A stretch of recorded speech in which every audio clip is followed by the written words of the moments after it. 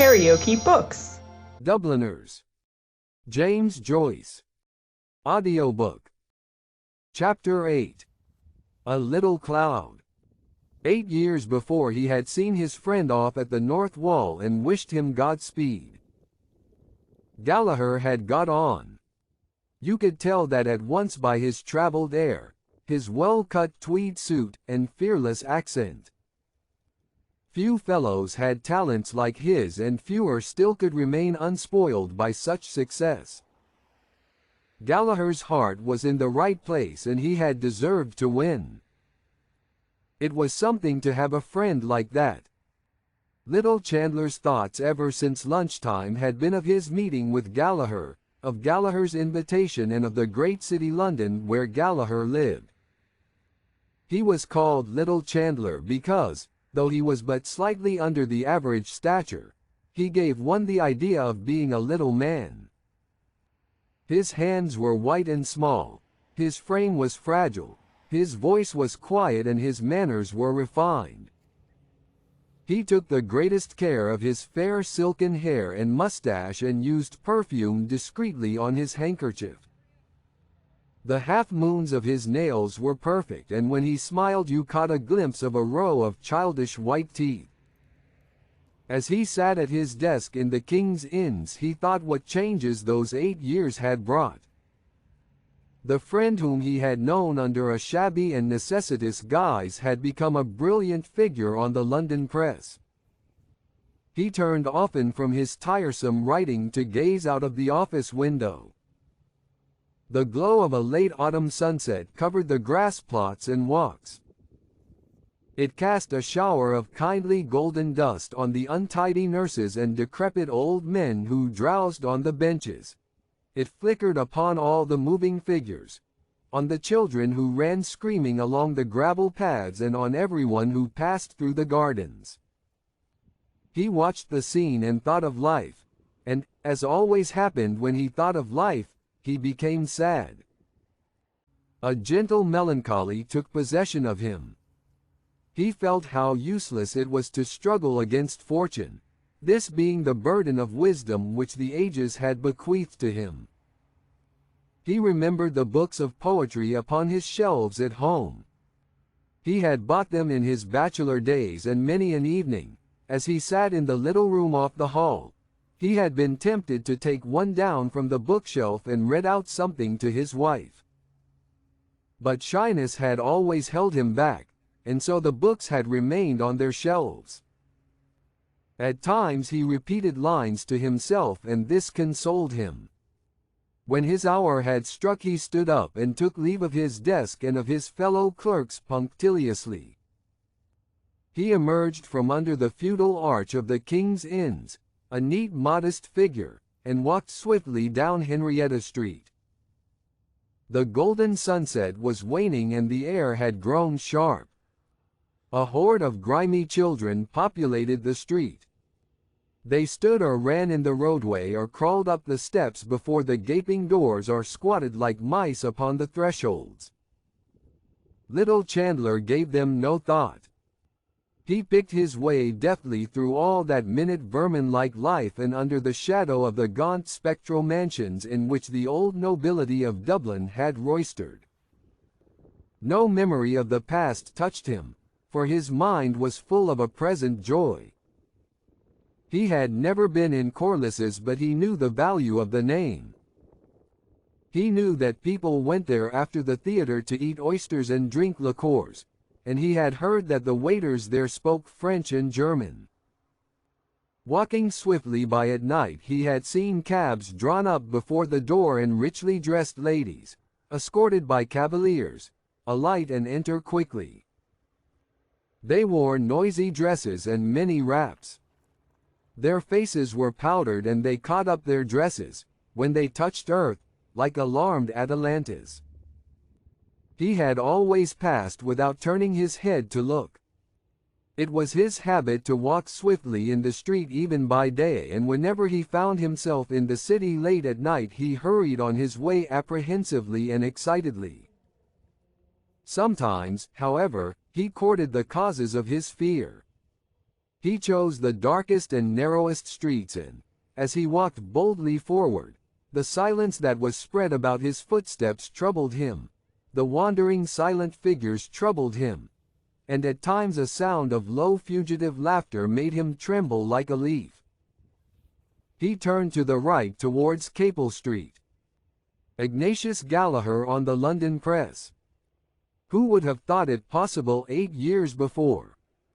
Still, now that he reviewed the past, little Chandler could remember many signs of future greatness in his friend. People used to say that Ignatius Gallagher was wild. Of course, he did mix with a rakish set of fellows at that time, drank freely and borrowed money on all sides. In the end he had got mixed up in some shady affair, some money transaction. At least, that was one version of his flight. But nobody denied him talent. There was always a certain something in Ignatius Gallagher that impressed you in spite of yourself. Even when he was out at elbows and at his wits' end for money, he kept up a bold face. Little Chandler remembered, and the remembrance brought a slight flush of pride to his cheek, one of Ignatius Gallagher's sayings when he was in a tight corner. "Half time now, boys," he used to say light-heartedly. "Where's my considering cap?" That was Ignatius Gallagher all out, and, damn it, you couldn't but admire him for it. Little Chandler quickened his pace. For the first time in his life he felt himself superior to the people he passed. For the first time his soul revolted against the dull inelegance of Capel Street. There was no doubt about it. If you wanted to succeed you had to go away. You could do nothing in Dublin. As he crossed Grattan Bridge he looked down the river towards the lower quays and pitied the poor stunted houses. They seemed to him a band of tramps, huddled together along the riverbanks, their old coats covered with dust and soot, stupefied by the panorama of sunset and waiting for the first chill of night bid them arise, shake themselves and be gone. He wondered whether he could write a poem to express his idea. Perhaps Gallagher might be able to get it into some London paper for him. Could he write something original? He was not sure what idea he wished to express, but the thought that a poetic moment had touched him took life within him like an infant hope. He stepped onward bravely. Every step brought him nearer to London, farther from his own sober and artistic life. A light began to tremble on the horizon of his mind. He was not so old, 32. His temperament might be said to be just at the point of maturity. There were so many different moods and impressions that he wished to express in verse. He felt them within him. He tried to weigh his soul to see if it was a poet's soul. Melancholy was the dominant note of his temperament, he thought, but it was a melancholy tempered by recurrences of faith and resignation and simple joy. If he could give expression to it in a book of poems, perhaps men would listen. He would never be popular, he saw that. He could not sway the crowd, but he might appeal to a little circle of kindred minds. The English critics, perhaps, would recognize him as one of the Celtic school by reason of the melancholy tone of his poems. Besides that, he would put in allusions. He began to invent sentences and phrases from the notice which his book would get. Mr. Chandler has the gift of easy and graceful verse. ... A wistful sadness pervades these poems. ... The Celtic note. It was a pity his name was not more Irish-looking. Perhaps it would be better to insert his mother's name before the surname. Thomas Malone Chandler, or better still, T. Malone Chandler. He would speak to Gallagher about it. He pursued his reverie so ardently that he passed his street and had to turn back. As he came near Corliss's, his former agitation began to overmaster him and he halted before the door in indecision. Finally he opened the door and entered. The light and noise of the bar held him at the doorways for a few moments. He looked about him, but his sight was confused by the shining of many red and green wine glasses. The bar seemed to him to be full of people and he felt that the people were observing him curiously.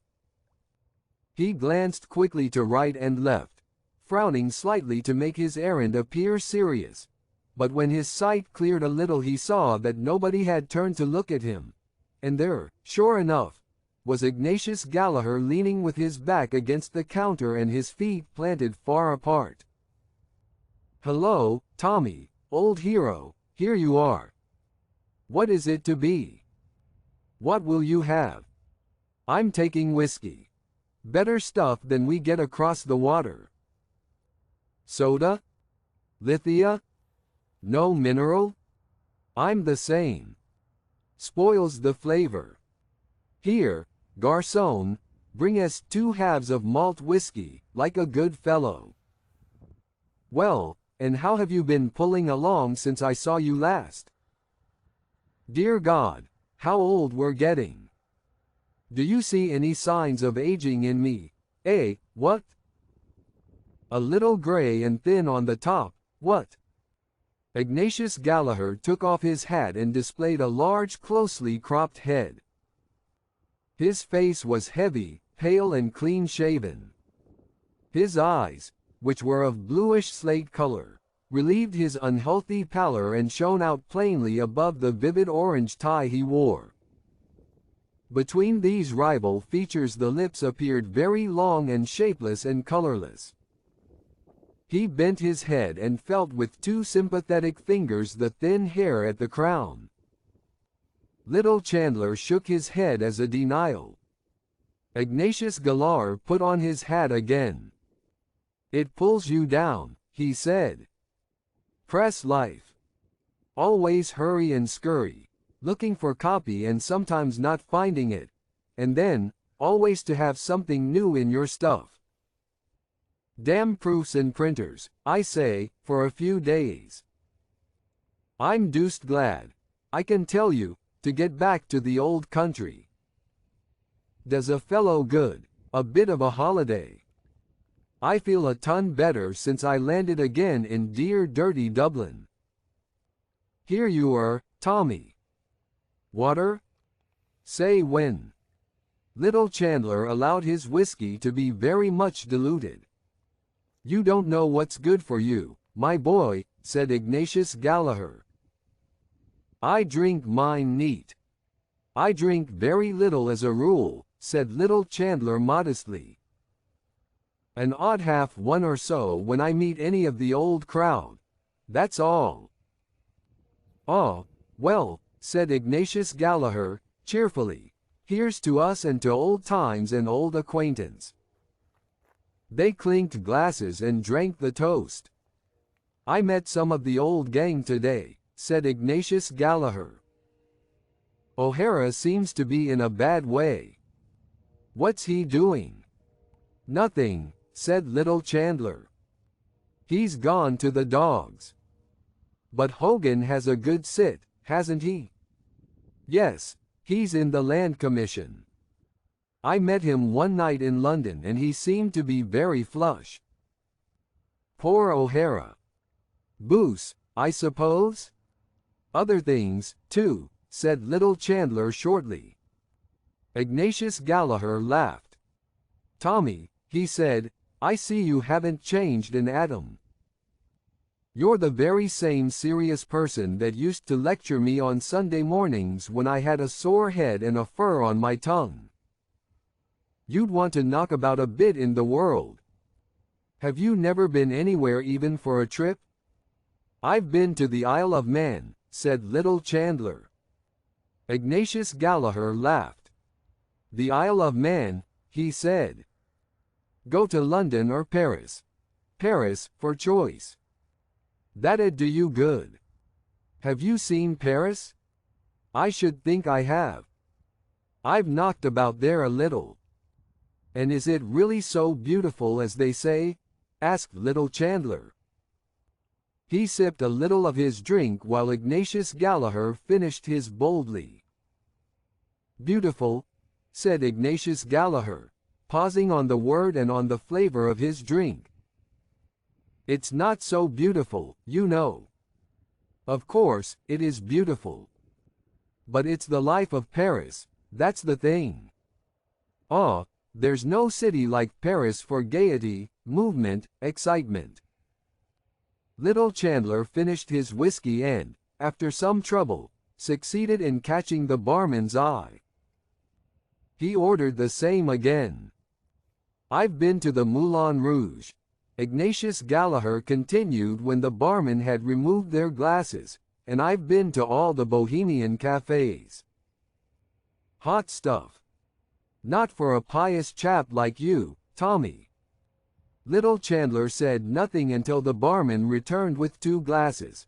Then he touched his friend's glass lightly and reciprocated the former toast.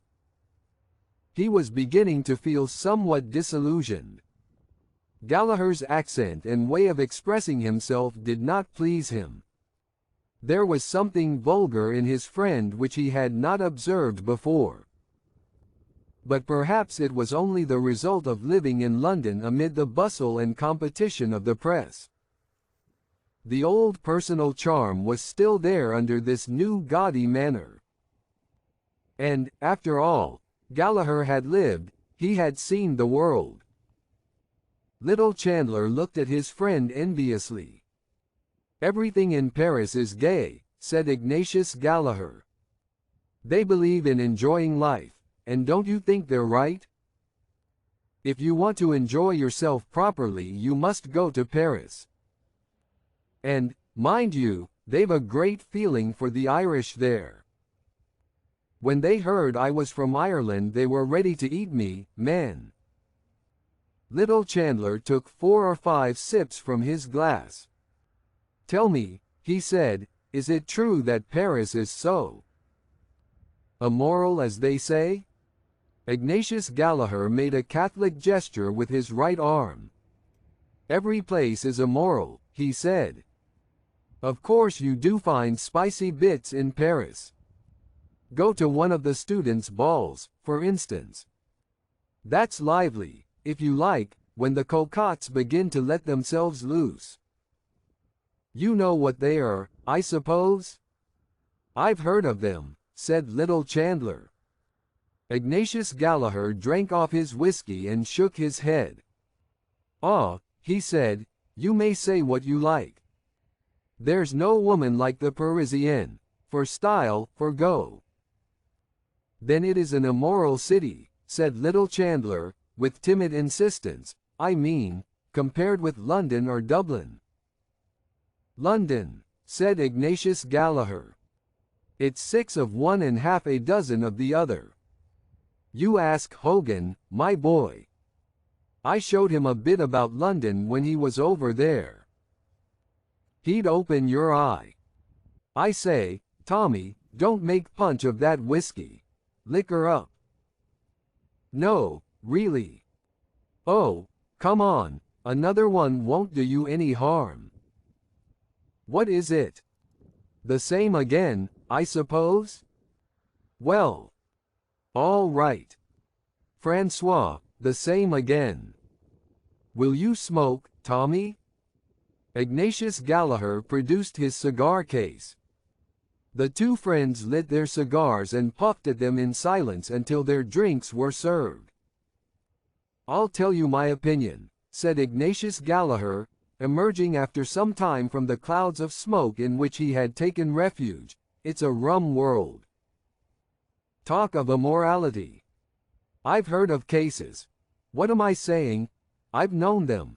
Cases of immorality. Ignatius Gallagher puffed thoughtfully at his cigar and then, in a calm historian's tone, he proceeded to sketch for his friend some pictures of the corruption which was rife abroad. He summarized the vices of many capitals and seemed inclined to award the palm to Berlin. Some things he could not vouch for. His friends had told him, but of others he had had personal experience. He spared neither rank nor caste. He revealed many of the secrets of religious houses on the continent and described some of the practices which were fashionable in high society, and ended by telling, with details, a story about an English duchess, a story which he knew to be true. Little Chandler was astonished. "Ah, well," said Ignatius Gallagher, "here we are in old jog along Dublin where nothing is known of such things." "How dull you must find it," said little Chandler, "after all the other places you've seen." "Well," said Ignatius Gallagher, "it's a relaxation to come over here, you know. And, after all, it's the old country, as they say, isn't it? You can't help having a certain feeling for it. That's human nature. But tell me something about yourself. Hogan told me you had tasted the joys of connubial bliss. 2 years ago, wasn't it?" Little Chandler blushed and smiled. "Yes," he said. "I was married last May 12 months. I hope it's not too late in the day to offer my best wishes," said Ignatius Gallagher. "I didn't know your address or I'd have done so at the time." He extended his hand, which little Chandler took. "Well, Tommy," he said, "I wish you and yours every joy in life, old chap, and tons of money, and may you never die till I shoot you. And that's the wish of a sincere friend, an old friend." "You know that?" "I know that," said little Chandler. "Any youngsters?" said Ignatius Gallagher. Little Chandler blushed again. "We have one child," he said. "Son or daughter?" "A little boy."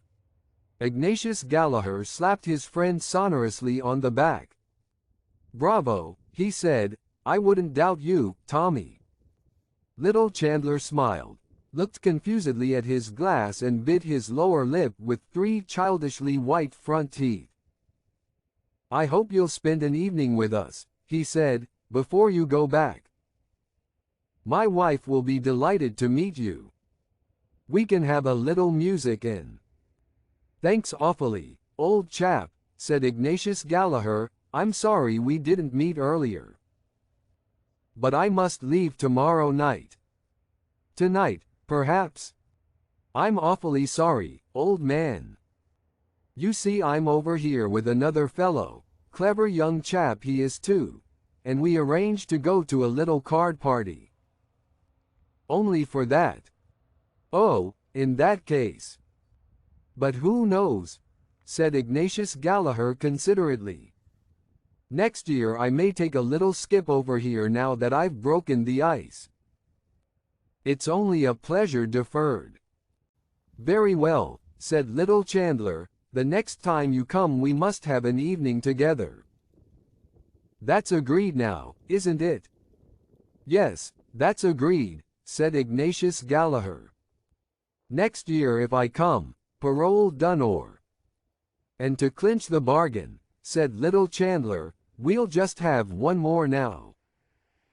Ignatius Gallagher took out a large gold watch and looked at it.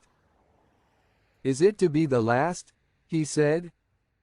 "Because you know, I have an A.P." "Oh, yes, positively," said little Chandler.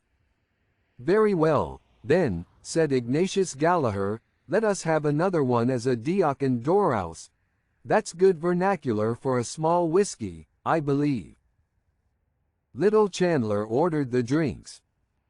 The blush which had risen to his face a few moments before was establishing itself.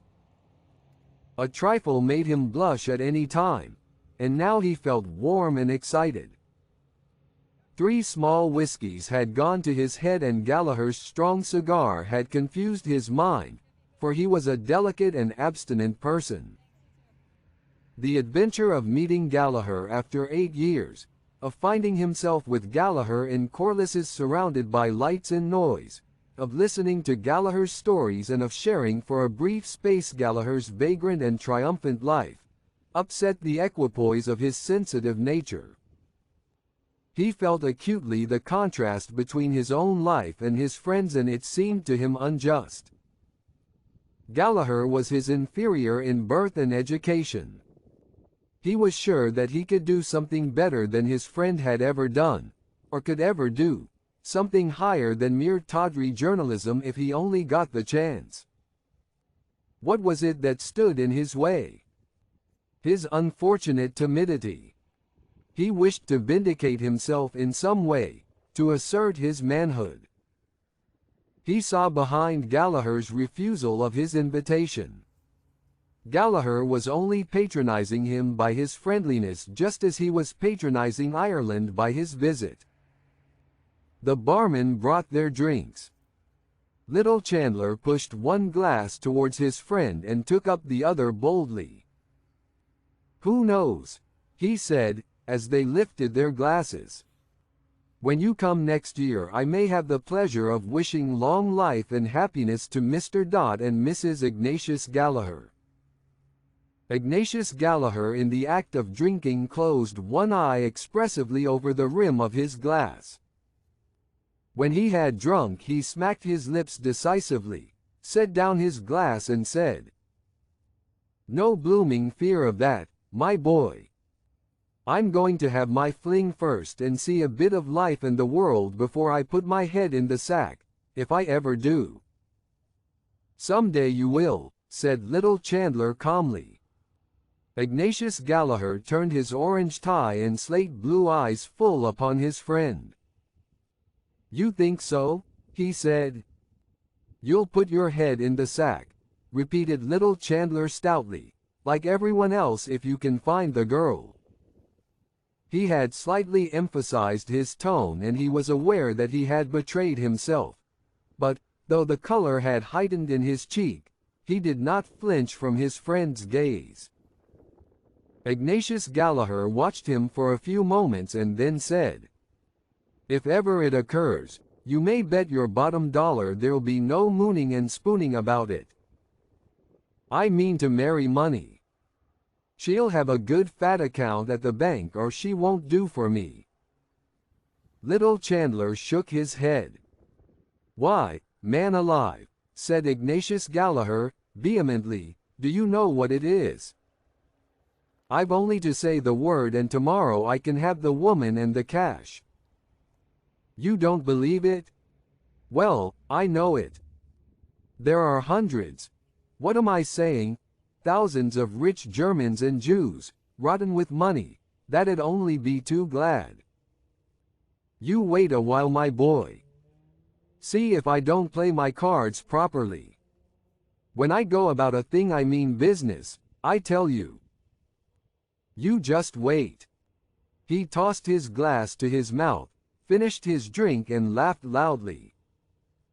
Then he looked thoughtfully before him and said in a calmer tone, "But I'm in no hurry.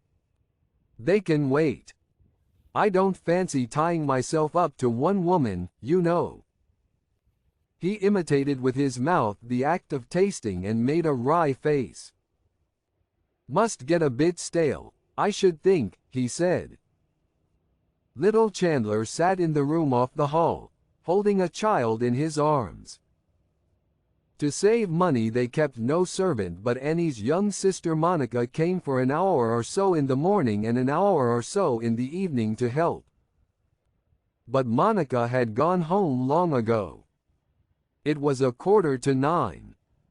Little Chandler had come home late for tea and, moreover, he had forgotten to bring Annie home the parcel of coffee from Bewley's. Of course she was in a bad humor and gave him short answers.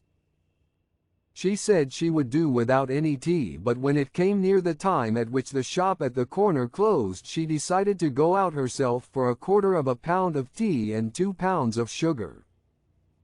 She put the sleeping child deftly in his arms and said, "Here. Don't waken him." A little lamp with a white china shade stood upon the table, and its light fell over a photograph which was enclosed in a frame of crumpled horn. It was Annie's photograph.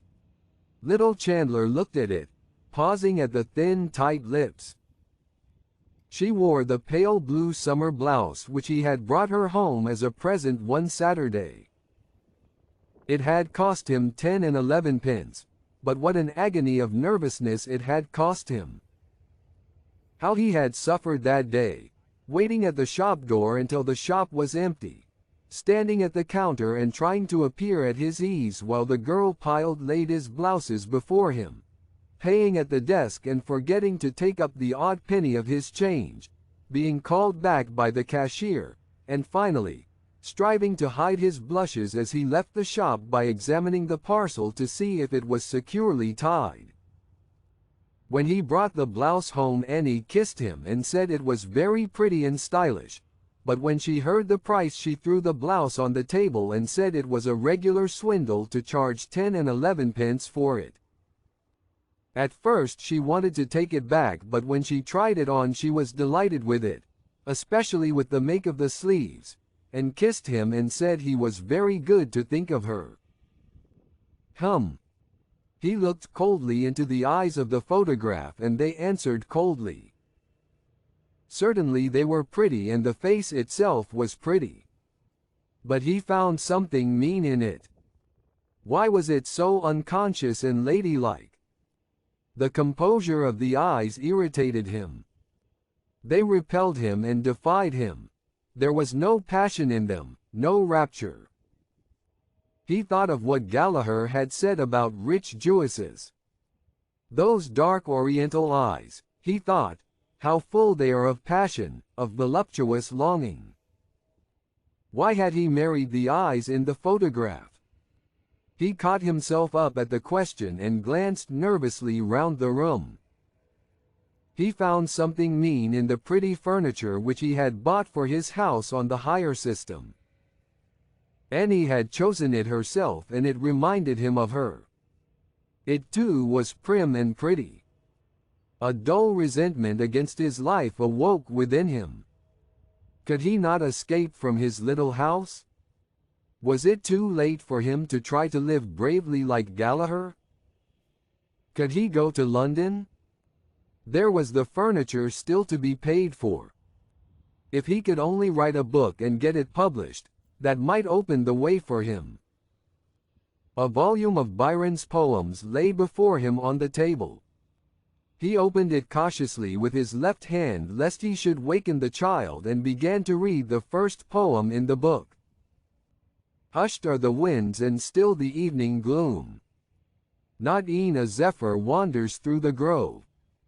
Whilst I return to view my Margaret's tomb, and scatter flowers on the dust I love. He paused. He felt the rhythm of the verse about him in the room. How melancholy it was! Could he, too, write like that, express the melancholy of his soul in verse? There were so many things he wanted to describe. His sensation of a few hours before on Grattan Bridge, for example. If he could get back again into that mood. The child awoke and began to cry. He turned from the page and tried to hush it, but it would not be hushed. He began to rock it to and fro in his arms, but its wailing cry grew keener. He rocked it faster while his eyes began to read the second stanza. Within this narrow cell reclines her clay. That clay where once. It was useless. He couldn't read. He couldn't do anything. The wailing of the child pierced the drum of his ear. It was useless, useless. He was a prisoner for life. His arms trembled with anger and suddenly bending to the child's face he shouted. Stop! The child stopped for an instant, had a spasm of fright and began to scream. He jumped up from his chair and walked hastily up and down the room with the child in his arms. It began to sob piteously, losing its breath for 4 or 5 seconds, and then bursting out anew. The thin walls of the room echoed the sound. He tried to soothe it, but it sobbed more convulsively. He looked at the contracted and quivering face of the child and began to be alarmed. He counted 7 sobs without a break between them and caught the child to his breast in fright. If it died. The door was burst open and a young woman ran in, panting. "What is it? What is it?" she cried. The child, hearing its mother's voice, broke out into a paroxysm of sobbing. "It's nothing, Annie. It's nothing." He began to cry. She flung her parcels on the floor and snatched the child from him. "What have you done to him?" she cried, glaring into his face. Little Chandler sustained for one moment the gaze of her eyes, and his heart closed together as he met the hatred in them. He began to stammer. "It's nothing." He began to cry. "I couldn't. I didn't do anything." "What?" Giving no heed to him, she began to walk up and down the room, clasping the child tightly in her arms and murmuring, "My little man. My little Manny. Oh, you frightened, love? There now, love. There now. Lambabon. Mama's little lamb of the world. There now." Little Chandler felt his cheeks suffused with shame, and he stood back out of the lamplight. He listened while the paroxysm of the child's sobbing grew less and less, and tears of remorse started to his eyes. If you liked what you heard, please subscribe to the channel.